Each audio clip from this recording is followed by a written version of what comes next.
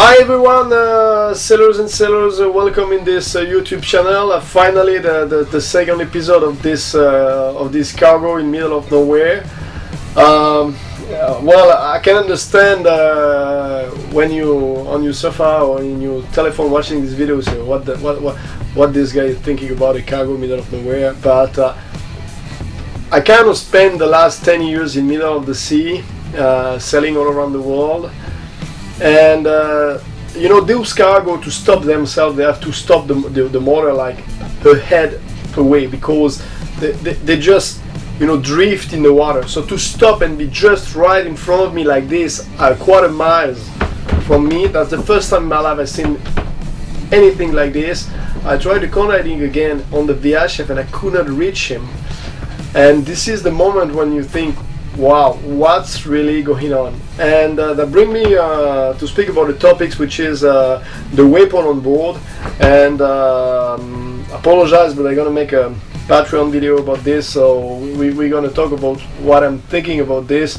By the way, guys, like you know, I try to give you a video every week about what's going on in Seoul, and I do this Patreon side on the other way because first of all, I don't want, there is like 3,000 videos on my YouTube channel, and most of them you cannot understand what is what, so you get the playlist for that.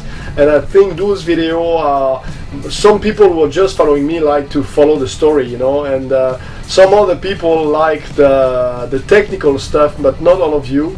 So the one we are most interested in on the technical stuff, that costs you a price of a coffee, $2 a month. You just go on the Patreon page, you get your $2, and you get access to all those things I share. And most of the time I share personal things, or personal feeling, or personal way to do things, and I don't want this to be in the middle of the net, you know. So that's the point. But let's go to see this video. Then on this video there is a surprise guy. It's become with a topic we talk a couple of video again, so you're gonna see the surprise on this episode. So let's go. Well, it looks it's okay.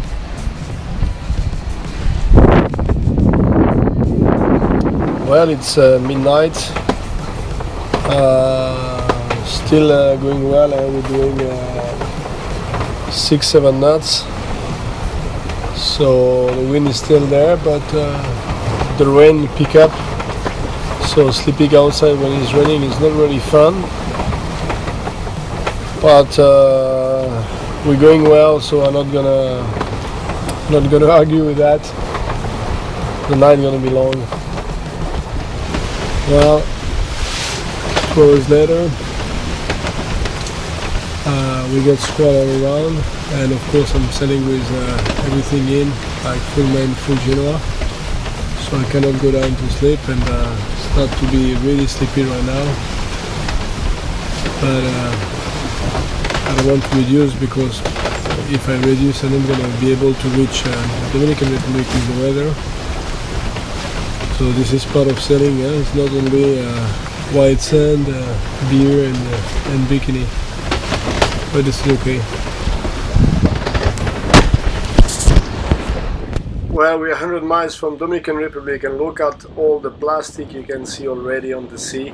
This is incredible, like we can damage our own earth. Bit of motor sailing all the morning and most of the day. Now since half hour I'm sailing okay. The problem is my motor, I just found I get a small leak of oil, so I don't like it, but you cannot fix it when it's raining. And when I started this morning it didn't want to start, so I get it, but now it's off. I hope when I'm gonna restart it, it's gonna start again. 35 miles to go. I'm close to reach, so I hope the wind not gonna turn, because if it's the case, will start to become a headache to arrive to Luperon finally. So we will see. Keep you updated, guys.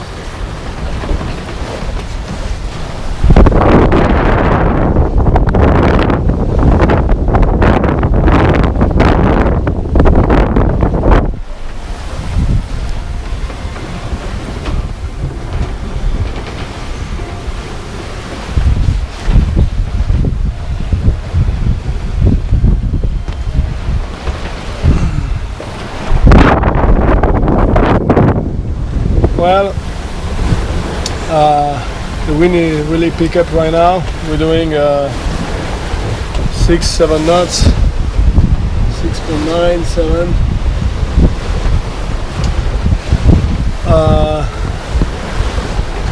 The wave are not so bad, so what I'm doing some heading instead of going straight to where I can do. So I'm kind of 5-6 degrees more up. It's a little bit less uncomfortable right now, but as the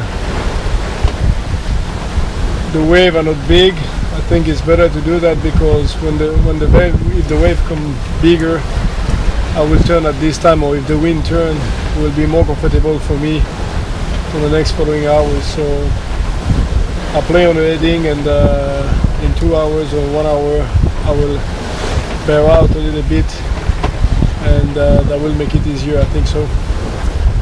So the end of the trip looks like going to be long, 5 or 6 more hours. The dark gonna come soon. They're gonna be even more impressive. We'll see how the day finish.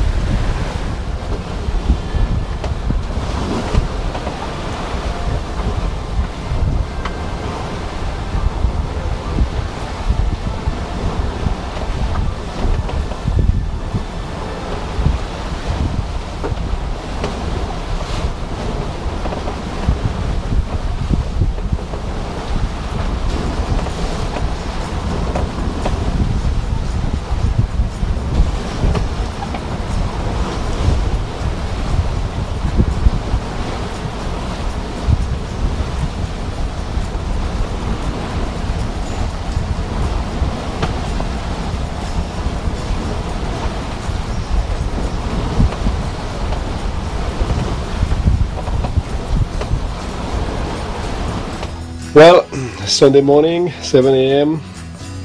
After 500 miles, we start by the best. And join with us and start. It's making controlling upside down speed, and then it stopped to work. I put 40 liters of diesel before I left, so I hope it's a bad quality diesel. Anyway, I'm gonna clean, because making start is not a big deal. We know how to do that, but the thing is, I want to fix the problem before starting. Bon, je vais démarrer. So well, what we're gonna do is ici on a first de, I'm gonna check gasoil, so this is the return of the fuel. This is my fuel filter. I'm gonna put a sûr que ça coule pas.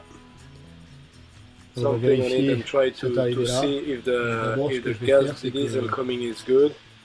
And I'm gonna pump the pump and see what's going on. So I'm gonna intake this and have a look and pump to see if the diesel comes. I think it's the first things to do. We arrive on the first surprise, because when I start to intake this one, I can before that I can see this is not really properly tight, so I'll get probably bubble of air over here. Bon, ben déjà quand je pompe. Well, and we have the second thing is when I pump, there is no diesel going out of the pump of the diesel, so we gonna check the line above this, because I'm pretty sure the problems come from there. It's easy to go. We're not gonna say we seal the skin of the beer before kill it, but I think we get a winner. Hi friend, so we're gonna try to start a motor on the step technique.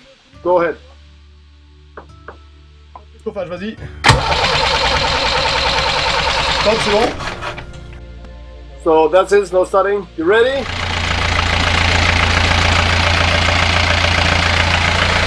Yes, I. Well guys, so the surprise is coming. You remember I told you on the price to get a livable sailboat, what is the right price and everything, and I told you to think out of the box. And we are here in Dominican Republic, and look what you can probably purchase for nothing over here. Have a look guys. So let's start by the first one. This one is just more next to my boat. I ran around, there is a lot of stuff hanging on, but it looks like the hole in and the shroud are kind of okay. I'm pretty sure if you just take it out of the bowl and they will give it to you. I mean, this boat's worth nothing, but if you get a bit of time, you got a hole and you got a good rigging. So, but this one is even worse. This one is a bigger one and is year long. It's missing a lot of things, but it doesn't look in a so bad shape. Same rigging and hull looks great. I don't know what is inside, if there is still the motor or whatever, but you still have the winch, there is still everything on it. Looks, there is the back leather. So it's totally crazy. This boat is over here abandoned. I'm pretty sure the same if you go there and you just on the right guys, you probably get this for nothing, and you just remake it. So you get a hull and a good rigging, and with the Hurricane in BVI, you're probably gonna find some sale and everything for a really affordable price to remake it works. Yeah, but this is not the worst. The worst is probably over here. Look at this guy. There is one aluminium boat and another boat next to. When you know the price of the aluminium, it's crazy. This boat is just sitting over here, and same. I mean, his name is Pinocchio. PP means probably Port Prince, which is Haiti. And you get the other one, which is also, look, you get the regulator for steering. There's 2 solar panels, and I asked to the local people, and no one is able to tell me who is the owner of this boat right now. I did a small investigation, nothing big, but I'm pretty sure, Sam, if you go there and for really ridiculous amount of price, you're gonna be able to get those boats and go along. I mean, this is a good riding one, and they're already in the Caribbean, so you don't have to do long passage or nothing. If you're short in financially and you get a bit of time and some knowledge, I'm pretty sure you can do some incredible job for really cheap money and go to sell. Look at that. It's incredible. Aluminium hull over here. I never think in my life I will find an aluminium boat just sitting on the sea with no one around. And the other one is even in better shape. His matriculation is in London, so it's probably but there is no flag nowhere, so I don't know. Well, what to say, huh? And this is not all. Look, if you look in my back, you get one over here, one over here. There is everywhere. This is crazy. Hey guys, I hope you enjoyed this video. If it's the case, please thumb up. If you have any comments, please let it down. Next week, I try to think a little bit ahead. What are we gonna say? I just met a French over here. We're living over here since 8 years, and he was here last winter when the hurricane was there. He was even on board. So we're in Le Perron, which is a hurricane hole, and I think we're gonna make a video about this guy a bit, like how was this hurricane and how they survived on it, and how they didn't get anything break. And also, this guy is really interesting because he's not like peace and cool. This guy is pilot in Air Canada, so he got a real life, a real job.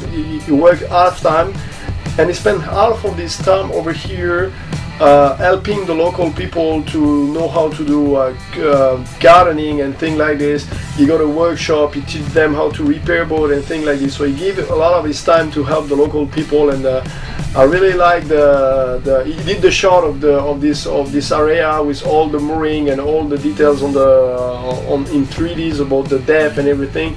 I really like the mentality and what he did over here in these 8 years, and this is a kind of incredible way of living and path on life. So I think we can share that all together next week. Okay, this is gonna be next week. See you later. Bye bye.